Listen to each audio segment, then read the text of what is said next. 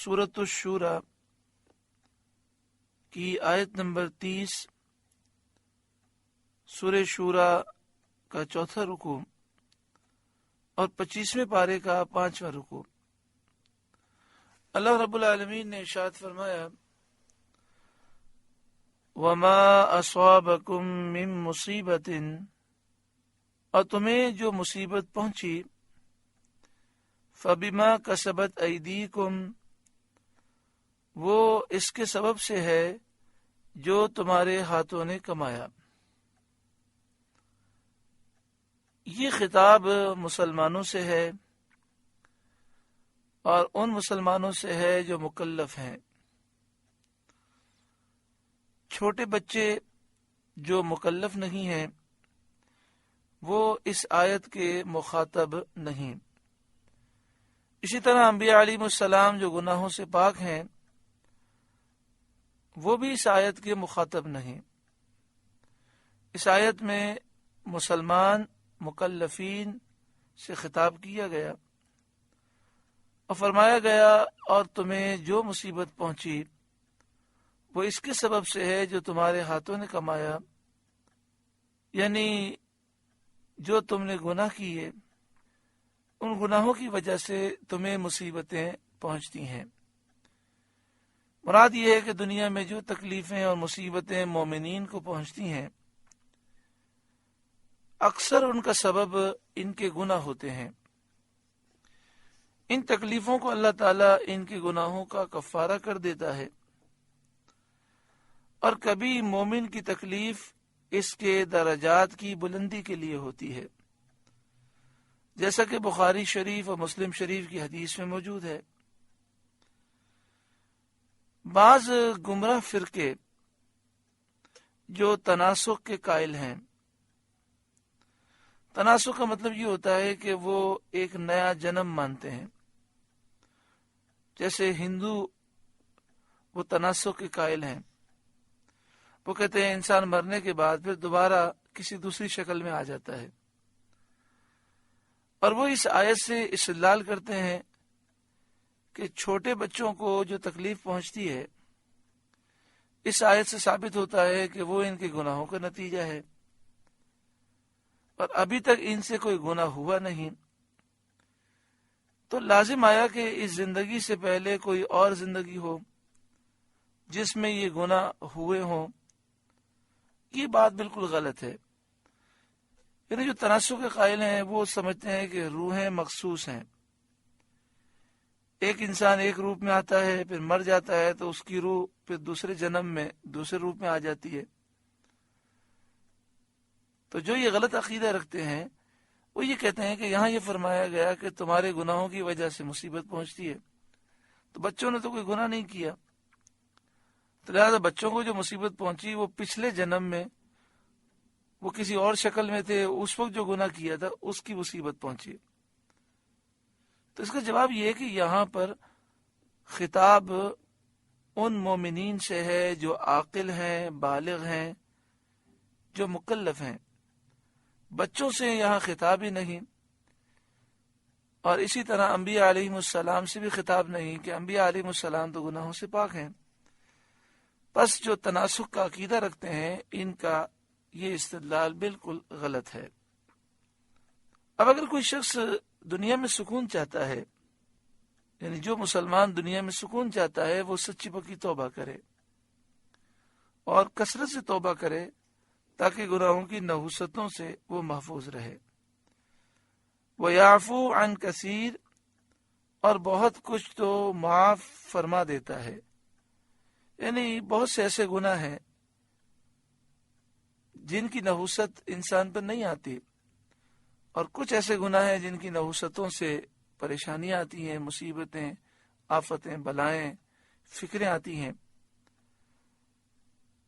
اللہ تعالی ہمیں سچی پکی توبہ نصیب فرمائے اور ایک پاکیزہ زندگی نصیب فرمائے۔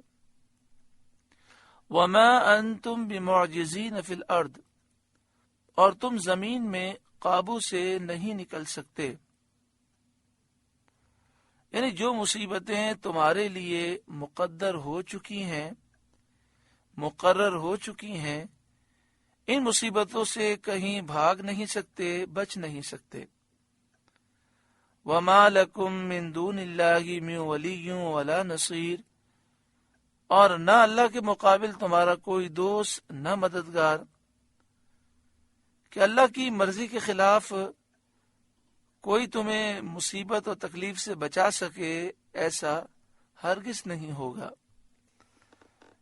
وَمِنْ آيَاتِهِ الْجَوَارِ فِي الْبَحْرِ كَالْأَعْلَامِ، اور اس کی نشانیوں میں سے ہیں دریا میں چلنے والیاں جیسے پہاڑیاں۔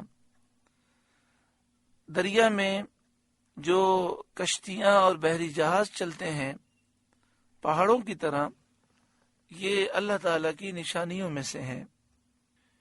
إِن يَشَأْ يُسْكِنِ الرِّيحَ فَيَظْلَلْنَ رَوَاكِدَ عَلَى ظُهْرِهِ، وہ چاہے تو ہوا تھما دے کہ اس کی پیٹھ پر ٹھہری رہ جائیں، یعنی اللہ تعالیٰ چاہے تو اس ہوا کو روک دے، تھما دے، جو ہوا کشتیوں کو چلاتی ہے، پھر کشتیاں دریا کے اوپر ٹھہری رہ جائیں اور وہ چلنے نہ پائیں۔ لیکن اللہ کا فضل ہے کہ نہ کشتیاں ڈوبتی ہیں، نہ ان کو چلنے میں دشواریاں آتی ہیں، لیکن جب اللہ چاہتا ہے تو طوفان سے دشواریاں بھی آتی ہیں اور کشتیاں غرق بھی ہو جاتی ہیں۔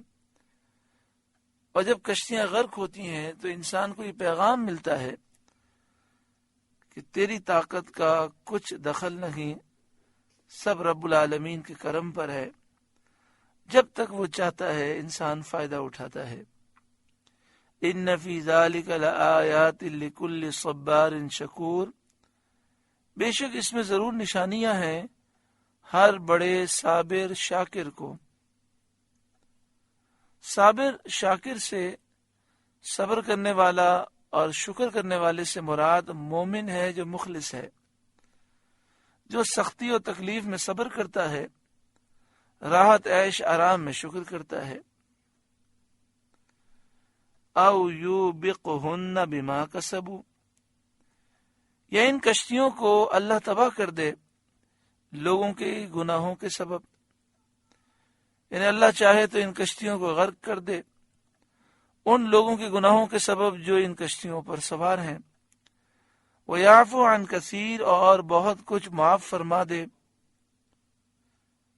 بہت کچھ گناہوں میں سے وہ چاہے تو معاف کر دے، یعنی ان پر عذاب نہ کرے۔ وَيَعْلَمَ الَّذِينَ يُجَادِلُونَ فِي آيَاتِنَا، اور جان جائیں وہ جو ہماری آیتوں میں جھگڑتے ہیں، یعنی جو ہماری آیتوں میں جھگڑا کرتے ہیں وہ جان لیں گے۔ ما لہم من محیص، کہ انہیں کہیں بھاگنے کی جگہ نہیں، اللہ کے عذاب سے کوئی بھاگ نہیں سکتا۔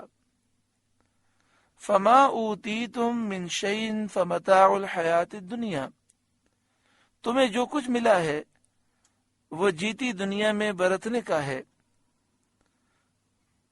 تمہارے پاس جو دنیاوی مال اور اسباب و سامان ہے وہ صرف دنیا کی زندگی کا سامان ہے، جو زندگی چند روز کی زندگی ہے، اس زندگی کو بقا نہیں۔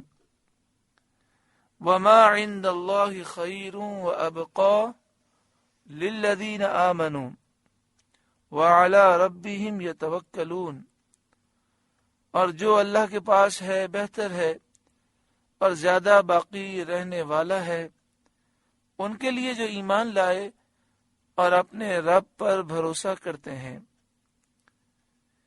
یعنی اللہ تعالیٰ کے پاس جو ثواب ہے وہ بہتر ہے، ہمیشہ اس کے فوائد رہیں گے، اور یہ ثواب، یہ جنت ان کے لیے ہے جو ایمان لائے اور اپنے رب پر بھروسہ کرتے ہیں۔